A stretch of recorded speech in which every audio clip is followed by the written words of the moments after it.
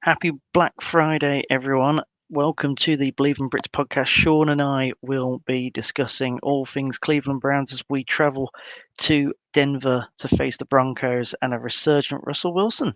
Dog tail! Dog tail! Same old Browns, boys! Just the same old Browns! Garrett's gonna get him, and he knocks the ball away. Caught by Donovan Peoples-Jones! Touchdown! He got it! He got Chubb! He's to the 30, 20, 10, 5, touchdown! Wow, what a struggle! The way it should be, I guess. Brownies, here we go! Woo, woo. Here we go, Browns!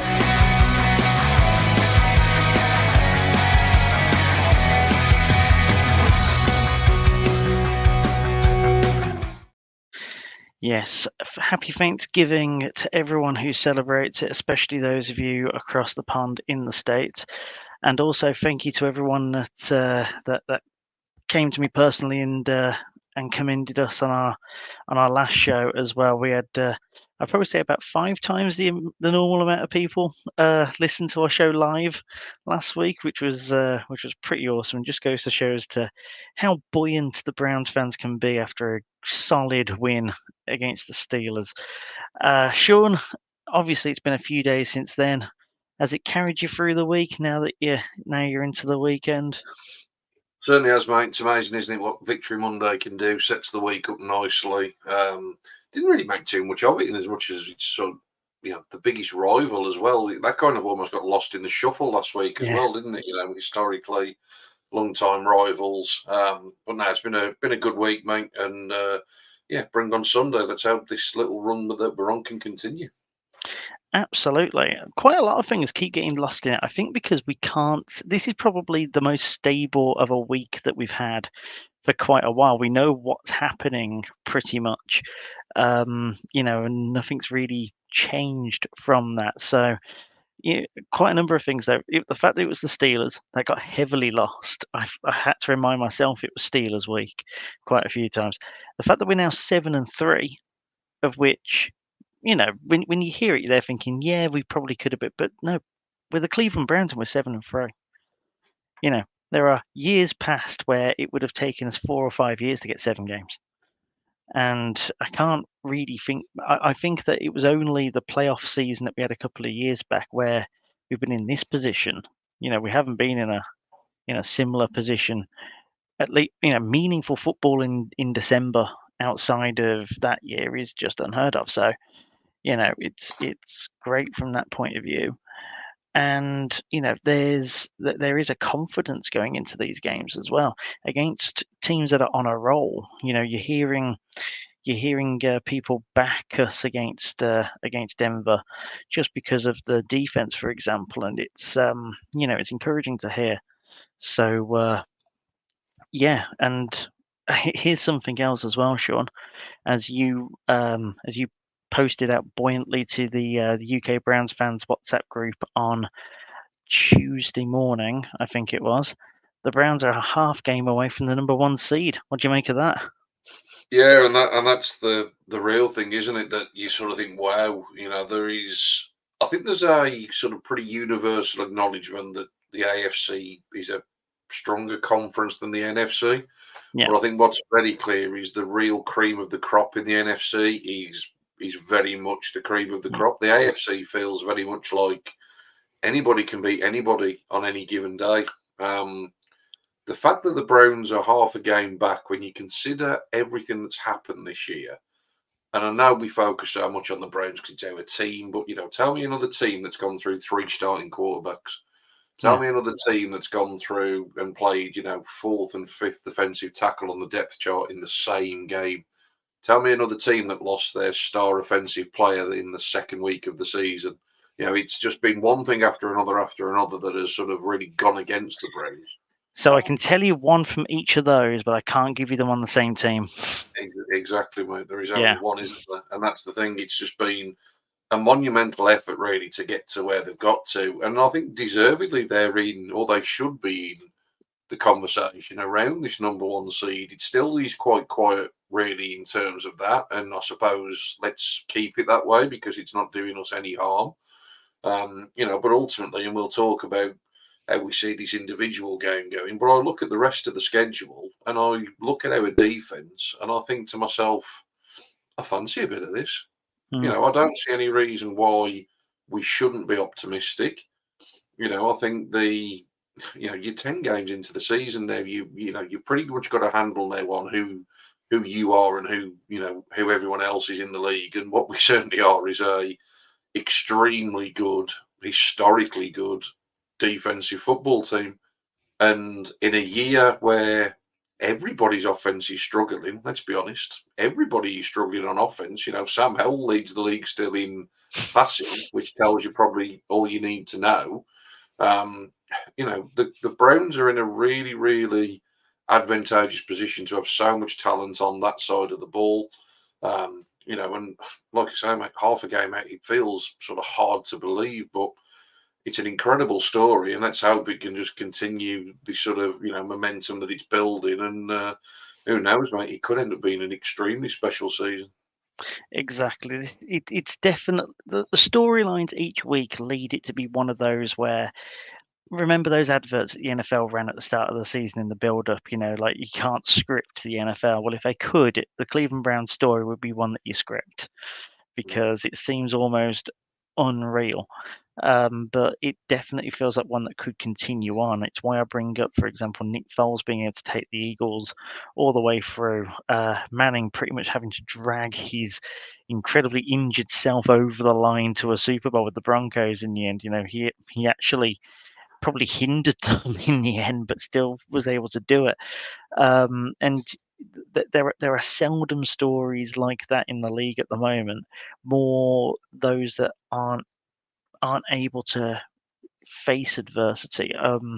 Something of which was really interesting this week. Tom Brady, I think it was in a podcast or a TV show this week, said that the league, especially on offense, seems to have gone really mediocre, kind of to your point, where no offense is really going by storm. And, it's a mix of injuries, it's a mix of defenses working out how to play in this league as well. We've been a pass heavier offensive league for years.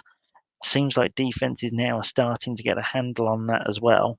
And the Browns just seem to be the pioneers in being able to force them on the ground, to make passing a difficulty. So yeah, it's definitely something that's unique about this year. Yeah, it most definitely is, mate. I mean, with all the stats that we talked about, another one that's been shared around this week is that the Browns offensively have scored more points than the Kansas City Chiefs. Yeah. Which again is just absolutely unbelievable to think. And, you think about the games that the Browns have had, and we've had some stinkers. Let's be honest, we only put 13 points up in terms of last week. You go back through it, we only got 3 in the original game against the Ravens when DTR was thrust into action. We've hardly been a prolific scoring offense, or it doesn't feel that way. And yet here we are, like I say, this far into the season, and you've scored more points than Patrick Mahomes and the Chiefs. So yeah, you can say it doesn't feel it, but 24, 26, 27, then you have the 3, 19, 39, 20, 27, 33, 13. It seems to be that you either go hard or go home. In terms of the offense, there's not really that much of a middling ground. You're not seeing the 19s, the 18s, and 19s for a lot of the games. It seems to be either that they go really, really well or really poorly. No, look, But I think what they've proved is they could do enough, and I think this is the thing when people sort of say, look, take last week, for example, 13 points on offense, you look at that from the pure numbers perspective and you think, well, that was a really poor day. And I'm not trying to sugarcoat it. Yes, we did struggle for a large period of that game, particularly sort of, third quarter into the fourth quarter in particular was a really rough stretch to watch. But what they did last week was they identified the fact that Pittsburgh weren't going to score many more themselves, and they simply just didn't beat themselves last week, which is what they did in week 2. They beat themselves. So ultimately, look, we'd love to sit here every week and say, yep, the Browns have scored 35 points again. We've held the opponent to 14 again. But, there's two teams being paid on a Sunday in the NFL. It's never as easy as that. So they've just got to take care of business week to week, keep ticking each one off week to week. It's 83% chance that we make the playoffs as of today. Get a win this week, I'm sure that probably jumps up to something like 90%. Let's just keep ticking them off. Exactly. There's a phrase that is often that is often like quashed or not liked in NFL circles, and that's game managers. If you're seen as a game manager, you're not seen as being particularly exciting. You're risking, being by playing mediocre, you're risking by not actually getting what you want anyway. But we are doing incredibly well at managing situations at the moment. And if we win every game 3-0, we win the Super Bowl. Yep, sign me up now, mate. Sign me up now. I don't think I would have much of a heart left if every game was 3-0. But I'd be jumping up and down in the living room and flipping, dancing for weeks if we did it. So, there's definitely that to it as well. So, game management is not a dirty word, especially not when you don't have your quarterback, don't have your star running back, don't have either of your offensive tackles, and you're starting to see injuries happen on the defense now as well. You just want to get out of each game alive, essentially, and still trucking towards January, and then see what you get when you get to January. Absolutely, buddy. Absolutely. So let's jump into the Denver game. The Broncos are a bit of a funny one. They started out how they ended the season prior, three losses in a row. Two to some really bad teams. Vegas and the Commanders in close games. Then got absolutely blown out by the Dolphins in a hilarious 70 points to 20. Sneaked past the Bears. Lost to the Jets, who had Zach. I think that was a Zach Wilson game. You lose to Zach Wilson there. Kansas, they actually performed relatively admirably, but just not on offense. 19-8 loss. Sneaked past Green Bay, beat Kansas, beat Buffalo, and sneaked past Minnesota. Now, I watched that Minnesota game pretty much until they started to come back, and they were hopeless. They needed something to be able to jolt them. They found that. The Vikings kind of blew it, in my opinion. You look at the stats here, Shaun, as well, and you see that they are the worst team on defense. They are the worst for rushing, which is brilliant, because if there was a game that you could ask DTR to do less on, it would be this one. Let's give it to Jerome Ford. Let's give it to Kareem Hunt. Run it down the middle. Get some clock off as well. You're away from home. You want to just remove the clock, get yourself points at each turn. But passing yards against as well. They're 24th in the league. They give up 240 yards a game. So if you're looking at that as well, DTR might be able to actually have a bit more of an expansive playbook this week, which would be very helpful. And they're not exactly great at either passing or rushing either. They are average with the run, and they are less than average with the pass. Wilson was one of those who, with Deshaun Watson, the trades were similar in nature in terms of amount of capital given and amount of pressure to perform made. Neither quarterback has really stepped up. Wilson's now seeing that this is his time to have a go of it. I don't know about you, Shaun, but I look at this and I think that this is the perfect game for the Browns to have, even though in the back of my mind I go, it's the Broncos away. It's going to be a tough game no matter what, but I'd much prefer this than quite a lot of teams at the moment.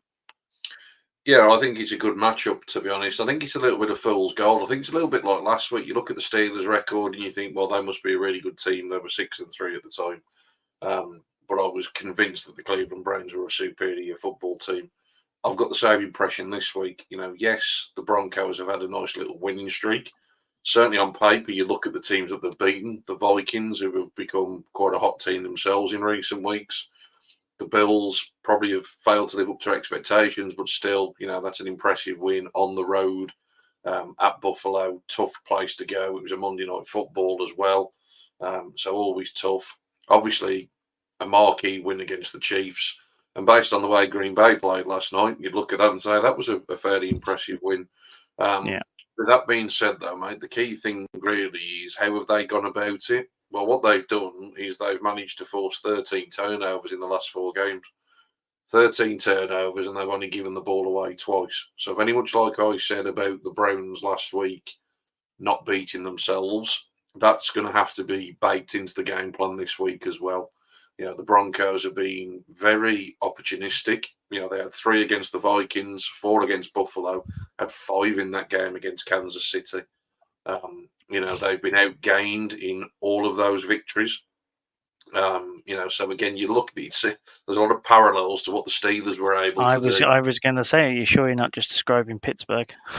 Exactly, mate. There's lots and lots of parallels there, and generally these things sort of even themselves out. It's very strange for a defense to force that many turnovers consistently. We've talked about the fact that the Browns' defense, if anything, the one thing you would possibly like is just a few more turnovers, because the Browns have been so efficient at getting off the field. They haven't had as many opportunities. And don't get me wrong, you obviously, first and foremost, you just want to limit yardage, limit points, and ultimately that's what it's all about. But obviously, if you can get extra possessions for your offense, short fields for your offense, it's obviously hugely beneficial. So I'm not massively concerned about the matchup. I think if you look at the rush yards, you alluded to it, they're the worst against the run. Yet it helps that the Dolphins put 350 up on them in that 70-point game. But even if you take that 350 game out, and you just look at more recent history in this sort of winning streak that they're on, the Vikings rushed for 175 against them last week. The Bills put up 192. The Bills put that on them. The Bills, exactly. The Chiefs aren't a running team. They put up 62, and obviously with the 5 turnovers, a lot of that was Patrick Mahomes trying to get the ball through the air to sort of make the comeback. And then Green Bay in that game, the Green Bay Packers put up 137. So they are very leaky on the ground. And I think the one area that the offense really struggled for the Browns on Sunday, forget the stuff through the air. I think a lot of that was through design. Lots of throws into the flat, lots of throws behind the line of scrimmage. What they really struggled with on Sunday was running the ball. They tried to establish the running game. It didn't work. We were therefore in a lot of 3rd and 10. And when you're throwing the balls into the flat on 3rd and 10, even if you complete those, it's a long, long way to the sticks. All right. Yeah. So if they can get 3 and 4 yards of rush and all of a sudden it's 3rd and 2 or, 3rd and short, 4th and short, even if we need to go for things on 4th down, you'd like to think then that DTR will have more opportunities to be able to, like you say, get the ball out. There is no reason to think that all of a sudden the Denver Broncos are going to become stout against the run this weekend. As I say, we're 10 games in now. You are what you are when you get to this stage of the season. So ultimately, they are obviously extremely poor against the run. And I'd expect there to be a heavy focus from the Browns there this week. I think you'll see a lot of Jerome Ford. You'll see a lot of Kareem Hunt. A few people have been a little bit disappointed about Pierre Strong's usage in recent weeks. I think there was one play last week in particular that potentially, I want to say it was the left tackle missed his block on the blind side. If he'd have made that block, it could have been a huge gain. And I think yes, agreed. I know which one you're on about now. Yes, if it wasn't for one block, he would have probably got about 40 yards on that. Yeah, and there's been a few of those sort of toss plays to Pierre Strong that he's sort of seemingly done quite well on. I know you said they're a bit middling against the pass. If the Broncos have got a strength, certainly from a personnel perspective, you'd look at the cornerback and the secondary in terms of Pat Surtain's obviously an excellent cover corner. I think it's a really tough matchup for Amari Cooper. And, I know Kareem Jackson's suspended again, but Justin Simmons is really the premier safety on the roster, but it's obviously helpful that Kareem Jackson's not going to be there. But like I say, I would expect a heavy dose of running the ball on Sunday. And a lot of what we saw last week, if you're not good at, if you're not good down the middle, you're not going to be all that great in the flat game and the slant game. That usually comes together. The Steelers are very good in the box. They're very good on the line. Winning that battle is, well, it's paramount, but it's also very difficult. It looks like it's not going to be the case here, which will then open up the flats and the slants, etc. Because you can show the same, kind of looks quite a lot there. So, we should see a bit more success for that kind of game plan as well, of which I think will be very encouraging, especially seeing as, and this is something which I think that people have potentially discounted. This is DTR's first road game, which obviously brings with it its own challenges. Yeah, no, it does. And look, like I say, it's still learning on the job for the kid. Let's be honest, he's still very much learning on the job. I think he's obviously got talent. There's no doubt about that. But obviously he was selected in the 5th round for a reason. No one was expecting him to come out and become certainly an instant NFL starter. If you get a 5th round quarterback, you'd like to think you might be able to develop him into a long-term backup quarterback. That's probably the ceiling that you're hoping for when you draft the kid to start with. He did a reasonable job last week. What did we say last week? We want him to not to be the reason that we lost the game. And that's ultimately what played out. If he can go out there and he can repeat the trick this week, be more than happy with that. I think you said so yourself. This isn't a good defense. The Steelers are an exceptionally good defense. The Steelers give lots of Premier quarterbacks nightmares. They play with 2 incredibly wide ends in terms of Watt and Highsmith. That sort of, also restricted the amount of times that, DTR could bootleg out. The Steelers, because they rush from so wide, quite often sniff those type of plays out. It was something that we didn't really run a lot. I think there was one early doors to Njoku where he'd lofted a pass over the oncoming rusher. But it wasn't something we went to the well with too many times. And similarly, I think we called 3 quarterback runs in the game, which again, you'd like to think that potentially there's an opportunity, particularly in this game, for him to be able to maybe run a little bit of read option. Yeah. It's fair to say, when you got to look at that Miami game, the eye discipline of the Denver Broncos rushing defense just isn't there. So, like I say, I would expect, like I say, a similar kind of performance. Yes, I think the playbook will be expanded slightly because I think the defense that you're playing against allows it to be. But again, like I just said, the Broncos have forced 13 turnovers in the last few weeks. You don't want to be creating opportunities for them to take the ball away with regularity. So, safe and simple. Yeah, you absolutely don't. I think that's going to be the blueprint for the rest of the season. I think that was the blueprint that Kevin went with, with DTR last week was, don't force it, only go secure until he had to do something, of which, was, the way that DTR handled it was great. Once it got to a case of we need these points now, by playing it safe, trusting the run game, not coughing up the ball on those, and then trusting your guys on the other end as well to do what they do best, which is cause havoc, cause 3 and outs, of which they are, they're otherworldly at. These are numbers that we've never seen before in terms of 3 and outs. When you look at that, it's insane. Also, whilst you were talking, then I found the playoff simulator that you were talking about in terms of the fact that we're 86% to get to the playoffs before this game. If we win, it's 96%. That goes to show you as to just how big this can be. By getting this over the line, and then you can start doing.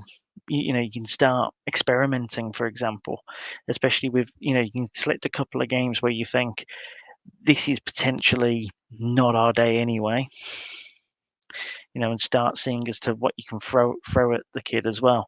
You start looking at those sort of sets. You start looking at the number 1 seed. You start looking at winning the division. So if we win this, the division goes up to 27% predictability. Chance, even 12% chance of the bye. Yeah, and like you say, it's crazy numbers to even really think that we might even be in the conversation. But I genuinely think that we're at the stage now, really, where we have to be in the conversation. We're far too deep into the season. But yeah, look, the formula is going to be the formula. Let's hope that the defense can continue as it has. There's no reason to think that it won't. Unless there's significant injuries. We haven't talked too much about the risk that Denver posed to us from their offensive side. Obviously, the news that Denzel Ward is out this week, obviously not great. But with that being said, it's not the worst matchup for that to occur. The Broncos just run a lot of your standard 11 personnel. They don't generally play with a slot receiver all that regularly. Jerry Jeudy, I think, is their leading sort of guy taking snaps from the slot, but he doesn't take that many from there. He's normally lined up on the outside. So again, can't imagine that that's going to change drastically. So it'll be Emerson on one side and Newsome on the other. You would imagine that when it does go to nickel, that Newsome will just slide back inside and probably Mike Ford. I would imagine that AJ Green, if he's not already on the active roster, will be elevated in Denzel's absence. And AJ Green has played meaningful snaps over the last couple of years for the Browns at times. I think they'll get Cam Mitchell back off the IR. Is it next week or the week after? So you'd hope that getting Denzel back in a week or two's time, the Rams is going to be a different test from a passing perspective. Houston obviously throwing the ball a lot at the minute with CJ Stroud. So there's worse games that Denzel could miss than this one. So let's hope that that's something that is relatively short term. It's a little bit unnerving, to be honest, when you sort of hear the we'll see. There's not again too much information coming out, which often frustrates us as fans. But hopefully it's nothing too major. Certainly from a defensive line perspective, you've said yourself, the Broncos aren't scaring anybody in the rushing game, are they? Let's be honest. Javonte Williams is a reasonable running back, but he's nothing that you're going to be, losing sleep over. So 473 yards over the season so far for Javonte Williams. Yeah, so like you say, it's that's going to be middle of the pack at best. Yeah, P. Ryan is back as well this week. I saw that pop up on Sleeper earlier. He's obviously coming back from a hefty enough injury that kept him out for a number of weeks, I think it was. So that will add a bit of diversity to it. But like you say, both of their lines aren't that great. Russell Wilson's having to do a lot in the pocket as well. Yeah. Look, like I say, I just think we've said it a few times now. I think it's a bit of fool's gold what their record is. I mentioned the wide receivers. I've just loaded the stats up for the year. Courtland Sutton, probably the number one. He's had 62 targets on the year. Jerry Jeudy's had 50 targets on the year. Next wide receiver that I'm looking for on the list, I'm all the way down at 13 targets on the season. Yeah. And I'm assuming that's P. Ryan, actually, because he's next up on the receiving yards at 326. I was just looking purely at receivers, mate. In that case, Marvin Mims, and you were looking real far down at that point.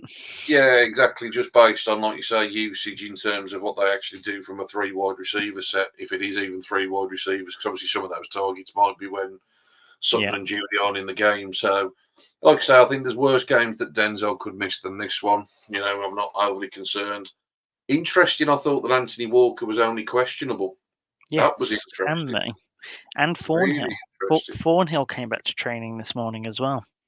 I think Thornhill's probably trending towards playing from everything that I've seen and heard over the course of the week. I think that's more of a probably being ultra cautious, but trending in the right direction. Likely a game time, he's good to go. Yeah. But like I say, I thought the Walker one was interesting because that sounded like that this was going to be a case of, probably at least a week, if not 2 weeks or whatever. Ultimately, it's good to think that, it might be a case if he doesn't miss any significant time whatsoever. Yeah. So some injury luck on our side. That sounds, that. Yeah. it's mad to think that we might actually be able to get something out of that, because like I thought that Thornhill was going to be out for quite a while. He's been talking quite a bit on Twitter as well, so it looks like he's going to be able to make it up. The other two that are the only two that are out, Goodwin and Ward are both out. So you mentioned Ward. Goodwin is the other.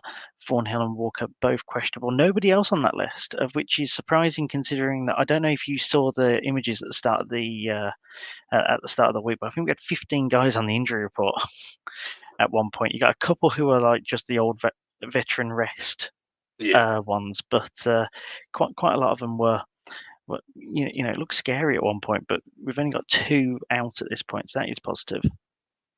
Yeah, I think ultimately, mate, you're at that stage of the season now, aren't you, with the veteran players in particular. They're going to get given more rest days. Anything that's a little twinge or a niggle, I think, they're just going to be ultra cautious at this stage of the season. Like you say, we've suffered enough, I think, in terms of our injury record this year. You certainly don't want to be risking anybody else, do we? So, like I say, I think, like you say, really encouraging that we're at that stage that hopefully all these guys are good to go come Sunday. Yeah. Score prediction? Look, I think they'll keep the Broncos low. I'd love to sit here. I think last week I said something like 27 points to 13 or something. I don't see us scoring that many points. I think we've proven that the offense can move the ball when it wants to. All right, I don't think there's any question about that. They've scored points in games, as we've discussed earlier on. So I think even if, for whatever reason, the defense had a bit of a leaky day and Denver did get up into the 20s, I don't think that doesn't mean that the Browns can find a way to win this game.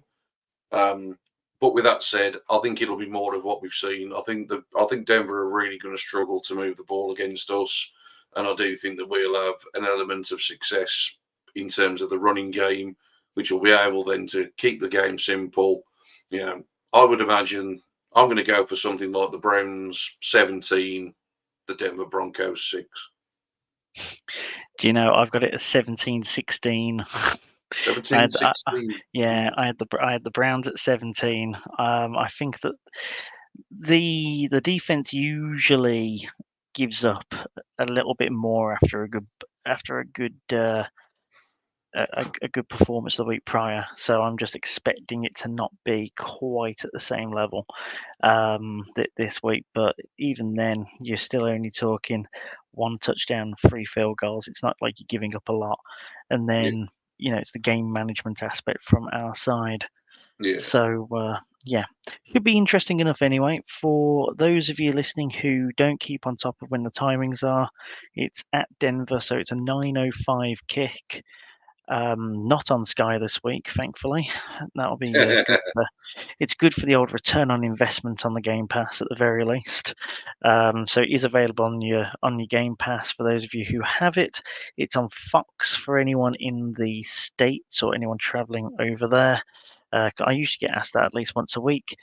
We won't be recording a post game at midnight. I don't care if we win 50-0, but we'll be back early next. But we'll be back early next week with our reaction to that game. Hopefully with a wine as well. He couldn't be with us tonight, but hope to have him back early next week. Shaun, thank you very much for spending your Friday evening with me, bud. Hope that you were able to rest up for the weekend before that game. If it's anything like last week, I'm going to need another day's rest before going back to work, I think. One of those. Yeah, no, looking forward to it, mate. Like you say, it's always a bit of a kicker when it's the late window. I think we're so used to the 6 o'clock kick, aren't we? That the late window always feels like a bit of a bummer. But like you say, when it's meaningful and you're optimistic of another win, mate, yeah, I'll be bang up for it come 9:05 Sunday night. So bring it on. Hey, I'm always good with games that finish just before midnight. It means I can then just go straight to bed, but not have it stupid late like Sunday night football. Always happy with that. You're younger than me, but don't forget. Not by all that much, mate. Right. Thank you, everyone, for listening. We'll be back next week. You've been listening to the Believe in Brits podcast.